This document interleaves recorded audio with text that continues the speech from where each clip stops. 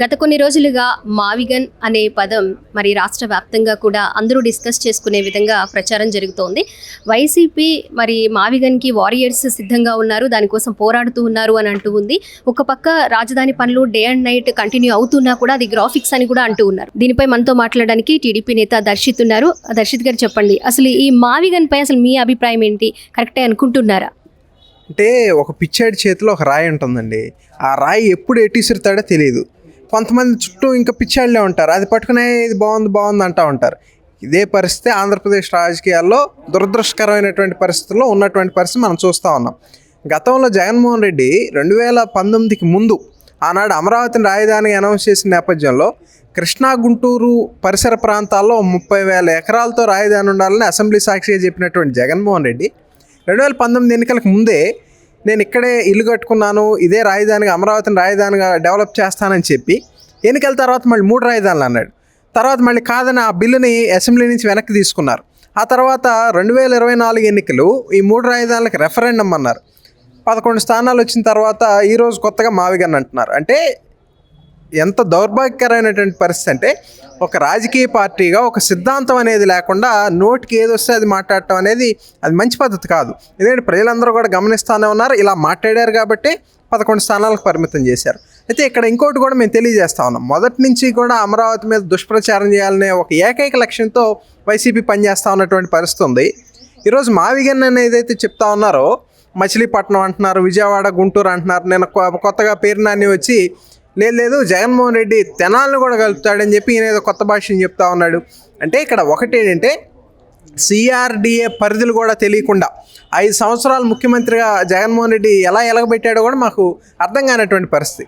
CRDA limits చూస్తే అటు Machilipatnam border, ఇటు గుంటూరు సిఆర్డిఏ పరిధిలో ఉంది, విజయవాడ సిఆర్డిఏ పరిధిలో ఉంది, తెనాలి సిఆర్డిఏ పరిధిలో ఉంది. అంటే వీళ్ళు చెప్తున్నటువంటి ప్రాంతం అంతా కూడా అమరావతిలో ఒక అంతర్భాగంగా ఉన్నటువంటి పరిస్థితుల్లో వీళ్ళు ఏదో దీన్ని కొత్తగా చెప్తాం అనేది నిజంగా ఒక దుర్మార్గకరమైనటువంటి ఒక ఆలోచనగానే మేము భావిస్తూ ఉన్నాం. అదేవిధంగా అయితే వీళ్ళు చెప్తా ఉన్నారు, అమరావతి నిర్మాణ వ్యయానికి సంబంధించి కూడా బిల్టప్ ఏరియాకి ఏదో 15,000 20,000 పర్ ఎస్ఎఫ్టీ పెడతా ఉన్నారని చెప్పి కూడా పార్లమెంట్ సాక్షిగా దుష్ప్రచారం చేసినటువంటి పరిస్థితి ఉంది. వాస్తవం చూస్తే అమరావతిలో బిల్టప్ ఏరియాకి పర్ ఎస్ఎఫ్టీ 7,000 రూపాయలు ఖర్చు అవుతా ఉంది. అదే వైజాగ్లో జగన్మోహన్ రెడ్డి గారు ఆయన విలాసాల కోసం ప్యాలెస్ కట్టాడు కదా, ఆ palace built-up area per SFT 30,000 రూపాయలు. అంటే జగన్మోహన్ రెడ్డి తన విలాసాల కోసం, ఏదైతే బీచ్ వ్యూ బెడ్రూముల కోసం, బీచ్ వ్యూ బాత్రూముల కోసం 30,000 పర్ ఎస్ఎఫ్టీ పెట్టచ్చంట. కానీ ఆంధ్రప్రదేశ్ రాష్ట్ర భవిష్యత్తు అమరావతి, అటువంటి రాజధాని నిర్మాణానికి 7,000 రూపాయలు ఖర్చు పెడతా ఉంటే అది అనవసరమైన ఖర్చు అని చెప్పి మాట్లాడేటువంటి దౌర్భాగ్యం ఆంధ్రప్రదేశ్లోనే ఉంది. మనం చూస్తే భారతదేశ వ్యాప్తంగా మరి అన్ని రాజకీయ పార్టీలు ఒక వైసీపీ మినహా అమరావతి బిల్లుకి మద్దతు ఇచ్చినటువంటి పరిస్థితుల్లో సొంత రాష్ట్రానికి సంబంధించినటువంటి వైఎస్ఆర్ కాంగ్రెస్ పార్టీ ఆంధ్రప్రదేశ్ రాష్ట్ర పరువు తీసేసింది. యాదృచ్ఛికమో మరి భగవంతుడి స్క్రిప్టో తెలీదు, 1-3-6-1 1361 రోజుల పాటు అమరావతి ఉద్యమం జరిగింది. 1+3+6+1 = 11. జగన్మోహన్ రెడ్డికి వచ్చిన సీట్లు 11. పార్లమెంట్లో అమరావతికి సపోర్ట్ చేసిన పార్టీలు 11, జగన్మోహన్ రెడ్డికి వచ్చిన సీట్లు 11. అంటే భగవంతుడు ఒక స్పష్టమైనటువంటి స్క్రిప్ట్ రాశాడు. కాబట్టి ఆ 11 కాస్త రేపు 1 అవ్వచ్చు, 2 అవ్వచ్చు, అంతే తప్ప ఆ 11 20 30 అయ్యే పరిస్థితి కూడా లేదు. రేపు రాబోయే రోజుల్లో డీలిమిటేషన్ కూడా జరగబోతా ఉంది. అదేవిధంగా మహిళలు కూడా రాజకీయాల్లో పెద్ద ఎత్తున రాబోతా ఉన్నారు. వైసీపీకి ఖచ్చితంగా రాజకీయంగా సమాధి కట్టడానికి ఇవన్నీ నిర్ణయాలు కూడా రాబోతా ఉన్నాయని కూడా తెలియజేస్తాం. అమరావతి రాజధాని గెజిట్ ద్వారా శాశ్వత రాజధానిగా ఆమోదం పొందిన తర్వాత కూడా రేపు మేము వస్తే మార్చుతామేమో అని కూడా మాట్లాడడాన్ని ఏ విధంగా చూడొచ్చు? అంటే అసలు భారత పార్లమెంటరీ వ్యవస్థ ఎలా పనిచేస్తుందో తెలియనటువంటి అసమర్థులు రాజకీయ నాయకులుగా ఉంటా ఆంధ్రప్రదేశ్ ప్రజలు చేసుకున్నటువంటి కర్మ.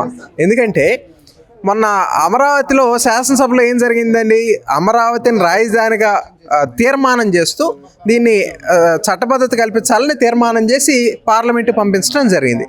భారత పార్లమెంటు ఉభయ సభలు కూడా అమరావతి రాజధానికి చట్టబద్ధత కల్పిస్తూ 2014లో ఉన్నటువంటి ఏపీ రీఆర్గనైజేషన్ యాక్ట్కి అమెండ్మెంట్ చేసి వాటిని బిల్ పాస్ చేయడం జరిగింది. అంటే ఇక్కడ పార్లమెంట్ చట్టం చేసిన దాన్ని అసెంబ్లీలో ఈయన మారుస్తాడంట. ఎంత దౌర్భాగ్యకరమైన, అంటే జనాలు చెవులో పూలు పెట్టుకున్నారు అనుకుంటా ఉన్నారు. ఇక్కడ ఇంకోటి కూడా మేము తెలియజేస్తా ఉన్నాం, ఈయనేదో తానా అంటే తందానా అనే బ్యాచ్ కొంత తయారయ్యి ఏదో జగన్మోహన్ రెడ్డి వస్తే మార్చేస్తాడని చెప్పడం ఎవరి చేతిలో ఉంది మార్చడానికి? జగన్మోహన్ రెడ్డి కాదు కదా. జగన్మోహన్ రెడ్డి ముందు తరాలు ఎవరన్నా దిగొచ్చినా కూడా వాళ్ళ తరం కూడా కాదు అమరావతిని మార్చడం.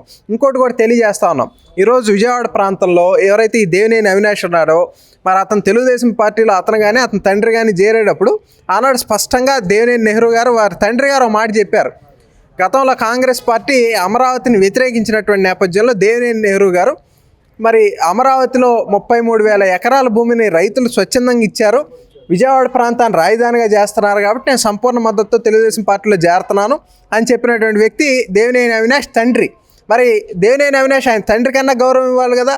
ఈరోజు జగన్మోహన్ రెడ్డి యొక్క పిచ్చి మాయలో పడిపోయి మరి కన్న తండ్రికి కూడా గౌరవం లేనటువంటి పరిస్థితుల్లో ఈరోజు దేవినేని అవినాష్ ఉండటం అనేది నిజంగా బాధాకరం. సో చూసుకోవచ్చు, ఏదైతే మరి ఇప్పటి వరకు మావిగన్ అని ప్రచారం చేస్తూ ఉందో వైసీపీ, దాన్ని ఎట్టి పరిస్థితుల్లోనూ ప్రజలు స్వాగతించట్లేదు. దేనికోసం అమరావతి శాశ్వత రాజధాని ఆంధ్రప్రదేశ్కి కావాలని ప్రజలు వైసీపీని 11 సీట్లకి పరిమితం చేశారు. ఇప్పటికైనా గుర్తించి ఆ విధంగా కాకుండా కొంచెం ప్రజలకు ఏం కావాలనే విధంగా మరి మాట్లాడుతూ ఉంటే ఇప్పుడు కాకపోయినా ఇంకెప్పటికైనా సరే రాజకీయాల్లోకి వచ్చే అవకాశం వైసీపీ పార్టీకి ఉంటుంది, లేదంటే పూర్తిగా తుడుచుకుపెట్టిపోయే అవకాశం ఉంటుందని టీడీపీ నేత